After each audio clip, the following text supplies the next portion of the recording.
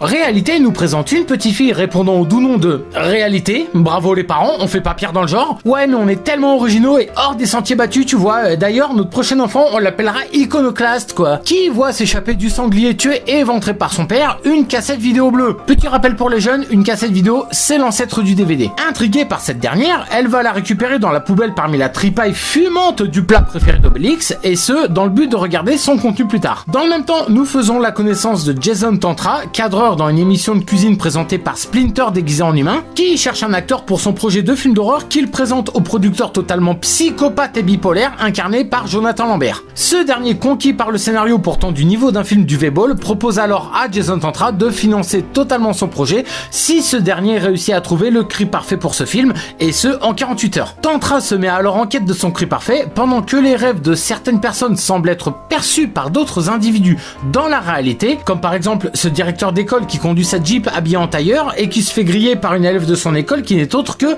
Réalité. Nous suivons donc à la fois Jason Tantra à la recherche de son cri parfait, le présentateur de l'émission de cuisine déguisé en rat crevé qui croit avoir un bon gros problème de peau, ainsi que Réalité qui, elle, cherche à découvrir le contenu de la fameuse cassette. Et je suis d'accord avec vous, hein, là le résumé du film doit autant vous donner envie de le voir que de rouler une pelle à un yak. Sauf que tout s'accélère lorsque Jason Tantra constate que le film pour lequel il cherche son fameux cri est en fait déjà à l'affiche. C'est exactement le même titre, le même film, et en plus c'est un film de merde. Et à partir de ce moment-là, ça part carrément en bed des nuts. Oui, parce que à ce moment-là, les cacahuètes, elles sont déjà barrées. Hein. Jason Tantra qui se retrouve enfermé dans un rêve, tout en pouvant interagir et dialoguer avec des personnes qui, elles, ne sont pas en train de pioncer. Sauf que si, parfois, elles sont en train de rêver, parfois, elles sont dans le rêve d'une autre personne, parfois, elles sont persuadées de ne faire qu'un avec un autre individu, et moi-même, j'arrive à être perdu en rédigeant Céline, quoi. Bon, au final, Tantra se fait interner et trouve quand même son cri parfait. Réalité découvre le contenu de la fameuse cassette que je ne spoilerai pas mais qui bordel te fout une méchante patate de forain dans la tronche. Le présentateur Splinter se retrouve face à son double plus âgé et fin. Alors, si j'ai lancé sur ma chaîne le concept de faire une critique de film en 3 minutes, c'est essentiellement pour des films de ce genre. Difficile à résumer tant le scénario part dans tous les sens, n'a parfois, voire souvent aucun sens,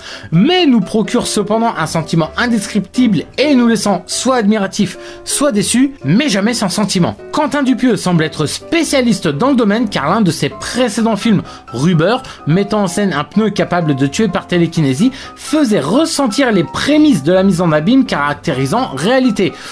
Et oui, je viens réellement de vous parler d'un film mettant en scène un pneu serial killer. Et je ne pense pas qu'il faille absolument chercher d'explications à Réalité. Il fait partie de ce genre de film qu'il faut se contenter de vivre, de ressentir. Le réalisateur laisse réellement libre cours à son imagination, à son envie, à l'histoire qu'il a envie de raconter, ainsi que la façon dont il veut nous la conter. Un enchevêtrement de rêves se mêlant à la réalité, le tout porté par certains personnages totalement what the fuck, à tel point qu'on se demande s'ils peuvent réellement exister en dehors d'un rêve. Alors certes, ça ne parle pas à tout le monde, comme je le disais auparavant, le film, soit on l'adore, soit on le déteste, mais il reste une expérience à vivre par son scénario qui part dans tous les sens, sa mise en scène, certains de ses plans et surtout son ambiance globale. Je vous invite donc à vous faire votre propre avis concernant cet ovni cinématographique et à me faire part de votre expérience dans les commentaires. Sur cette recommandation, moi je vous donne rendez-vous la semaine prochaine pour parler d'un film un peu moins prise de tête et un petit peu plus dans la légèreté. Tout du moins on va essayer, hein.